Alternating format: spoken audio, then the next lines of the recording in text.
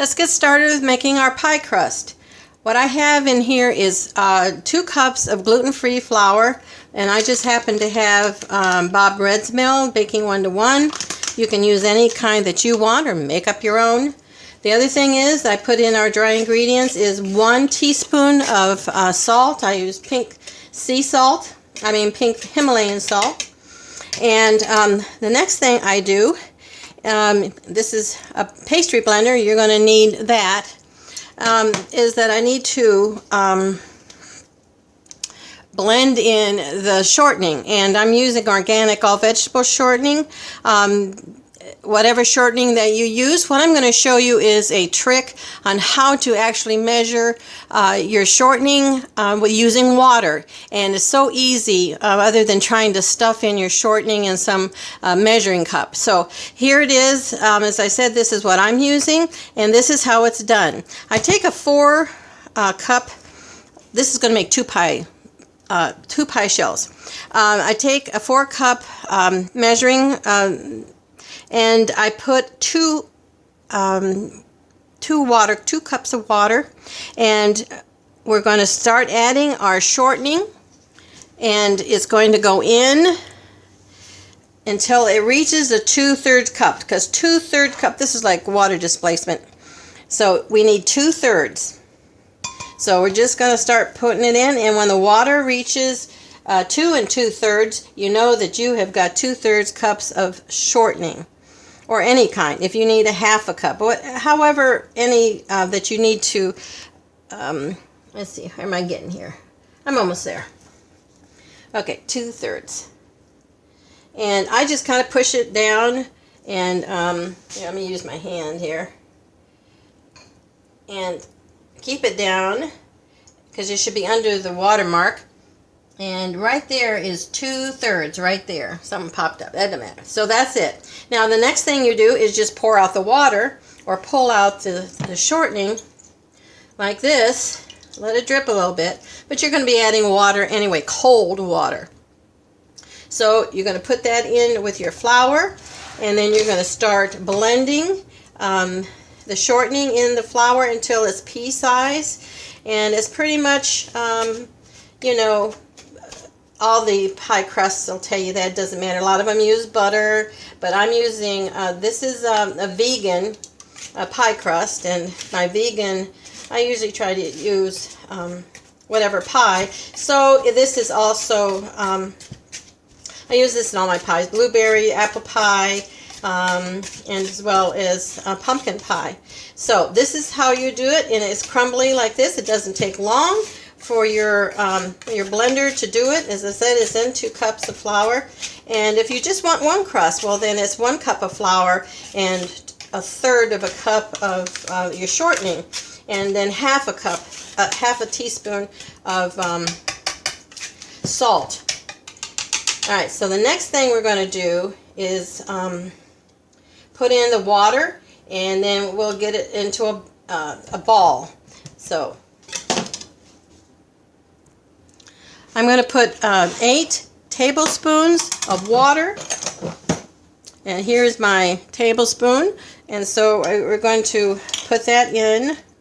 So here it goes. 1, 2, 3, 4, 5, 6, 7.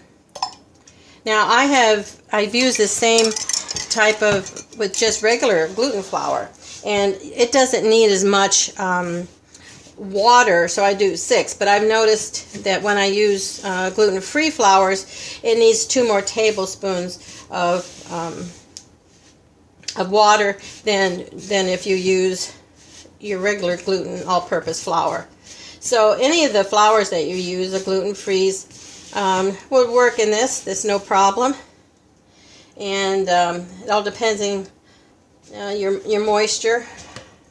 So here we are, and I'm just going to put my hands in here and just bring it all together, and we'll be right back. You don't need to sit here and squishing the dough, and we'll be right back when we roll it out. Okay, now I put the water in. I've got all the, I put it into 2 balls, and each ball is around just shy of 9 ounces each. And I try to put them in. Now I'm going to roll them out. And this is a trick that I have learned working with all gluten-free projects, even keto stuff when you're doing baking, and that is to use parchment paper. And I've taken parchment paper, and I'm going to put that on the bottom, and then I'm going to put the dough in the middle. And so I have one down, and then I also have one to put over it. So you're not really touching. And I've got an extra one here. I might put this one on. It's a little bigger. So I do 3. Sometimes I do 4. It all depends on what I want. And this is the pie pan that I'm going to be using. And I love these things. I've been collecting these. I go to antique markets and look for these enamel ware. And love it, love it. And it makes the best pie. Here's another one. Here's another one. I love that. That's that beautiful blue. And anyway, I've had these for eons. And so I'm going to show you what to do. A technique that I use so this doesn't slide around. I mean, that's what you don't want. Is I'll take water, and I've just got this water squirt bottle now for it. And I'll just squirt down a little bit down here, because what happens is, ease this out, and it really helps to hold it down a little bit. Am I in there? And if you don't have parchment paper, oh, I don't want it to roll on back. I'll turn it over. Then use wax paper. That each one will work as well. So you know it's bigger, and that's all you want. So what I'm going to do is still rolling up. Oh well.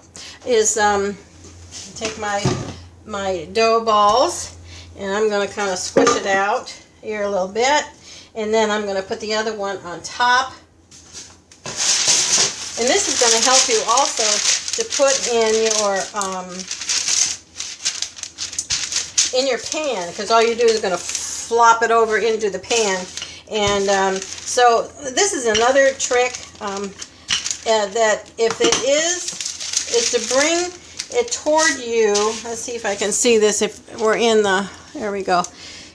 Bring it toward yourself and kind of lean up against it and kind of trap it between your body and the surface. And then as you roll it out, it's going to stay.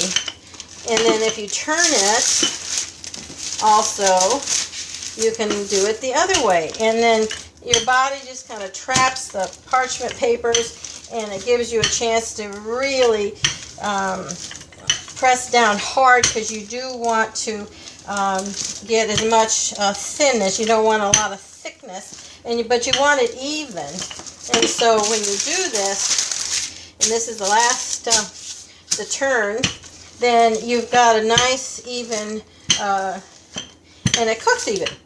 Nice thickness. It's about the same. And so you just have to see, well, is this going to fit? And I think that's about it. That'll fit right in there. So check and make sure that I'm still in the frame so you can see what I'm doing. So that's how I make my pie dough. The recipe will be in the bottom. And the last thing is just it peels it right off like that. And then you can use that again. If not, you can do another one. I always pull off 3 just in case something tears. So I put this on over this. It's on there, and try to center as best I can. Let's see, am I in frame? Yep. So all I do is put my hand underneath the paper and then flip it over. And so you can see whether it's on there correctly, if it's centered in there, and then you start to peel it off. And if it doesn't peel off, yes, I think it's doing a fairly good job peeling off. And then like even if you have your gluten, you just start putting it in the pan, and then just take a little bit, and if it needs a little bit more there, and take it and kind of marry it in. Now I'm making this particular pie shells. I'm making 2 because I'm going to make some pumpkin pie, and that's a vegan. That's going to be another video, but I wanted to just kind of show you the pie process, my recipe, as well as how to do the process, how to handle the dough that you're making for your pie dough. And I'm telling you, it's crispy, it's good, it's not soggy. It's one of the best. Anyway, I'm sharing this is what I do, and I hope you try to do it as well. Excuse me. And just make your little crust like that, and that's it. And I hope that you appreciate our channel.